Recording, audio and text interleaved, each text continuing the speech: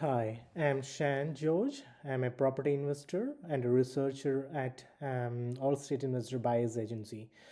So here I am to discuss regarding how to create wealth in real estate. So to create wealth in real estate, first you need to develop a good strategy. So your strategy will be like a cash flow positive property or buying negative gearing property, which is not a good strategy. I reckon buy and hold strategy, buy and renovate, flip and keep, property development, commercial investing, and so on. So you need to develop your strategy, what income you need to be retire on. Or like I'm going to present a case study, and I will explain how to create 100K passive income or to generate $2,000 per week in rental income. If you're interested, keep watching, please. Thank you. Consider we are buying four properties, each worth $500,000. So in this scenario, property number one, $500,000, and we put a deposit of 20%, which is $100,000. Most banks needs like 20% deposit, but some banks will be happy with 5 to 10% deposit. So it depends upon the bank criteria and all, and your serviceability. So in this scenario, we put 20% deposit, which is $100,000, and the growth rate we put as 5%. Usually, like it comes under 6 to 7%, but during the COVID times, we did see the growth rate as like 10 to 20 to 30%. We have seen that, but overall, I think when you consider like 10 to 20-year term, usually it goes like 5 to 10% growth rate. At this For this scenario's sake, I'm putting as 5%. Okay, and so the capital growth at 5% growth rate is at the year one it's 25,625, and capital growth in year two at the same growth rate is 51,250. So your $500,000 property is now worth $551,000 250. So it has grown a lot in 2 year time. So in this case, we can use the 80% of 51,250 for to buy the property number two. Okay, keep watching. So we buy four properties, each worth $500,000. So the total asset value is $2 million. So now the total portfolio debt is 1.6 million because we put $100,000 for each property, which is 20%.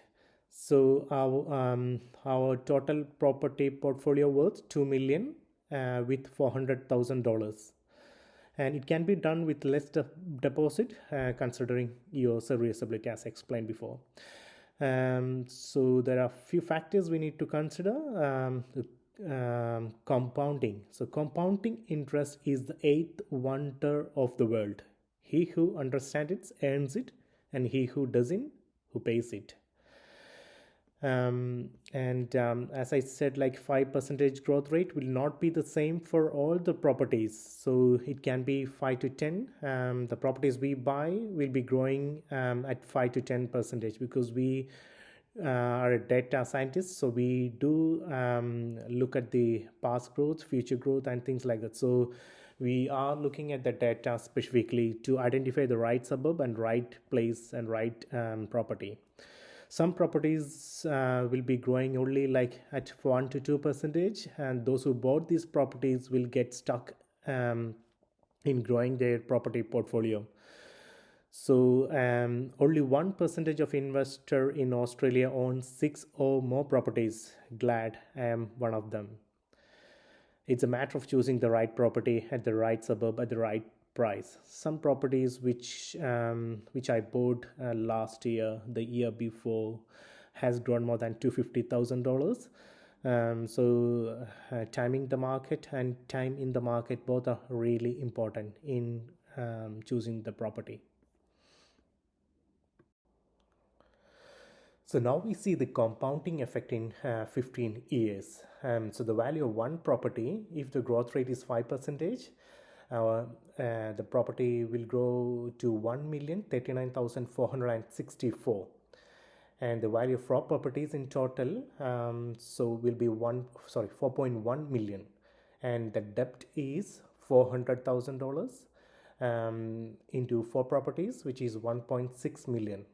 Consider if you didn't pay anything towards the mortgage, your debt will decrease if you pay to the mortgage. So it won't be 1.6 million after 15 years. You could decrease it.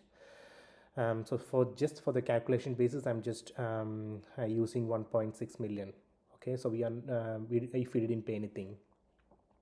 Now you have approximately 4 million asset with your initial $400,000 deposit.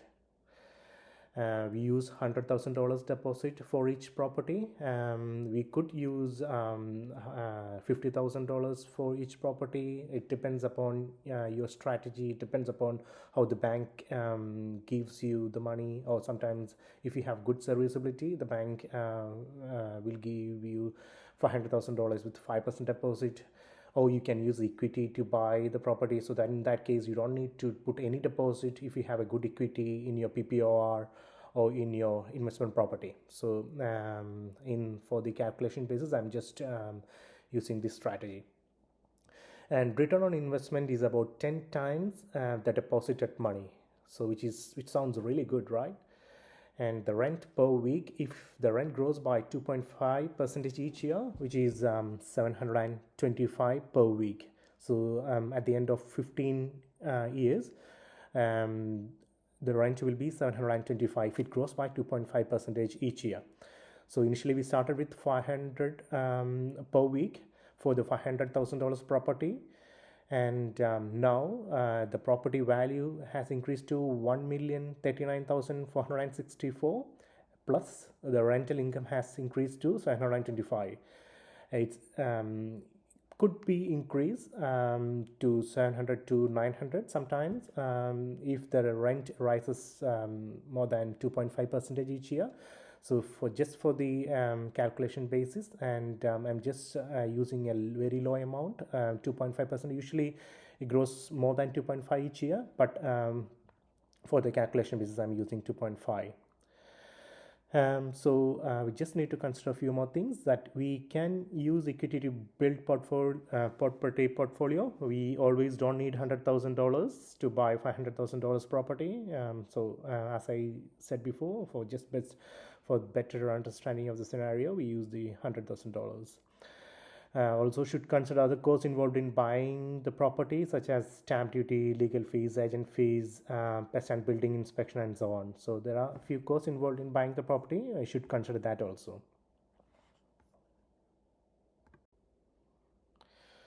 Now you have option to sell the property to decrease the debt and live your life that you dream of.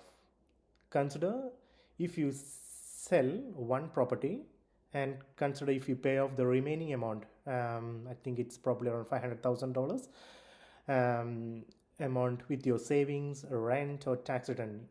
Like in the last 15 years, you would have paid off your some amount, or you had have deposited some amount to your debt. So you should have decreased the debt from 500 to maybe 350, at least if you've done $150,000 in the last 15 years, then your debt level will be like only like 350,000 or 300,000. So now you have a rental income of 725 per week with the 3 properties, which is like 2,175 per week of rental income, and yearly income of more than $100,000. Hence we explained the scenario. So you can create $2,000 per week of rental income or $100,000 of annual income. Thanks for watching. If you need any assistance in choosing the property, a growth property which I explained, if you have any concerns, if you have any doubts regarding the calculations or anything, please let me know. If you can, if you want assistance in buying the right property at the right suburb, please contact me. I'm Shan George, and you can contact me on my mobile number, or you can go to my website www.allstatesinvestor.com.au, or you can flick me a message, Shan, SHAN, at allstatesinvestor.com.au. Thanks for watching. Thank you. Bye.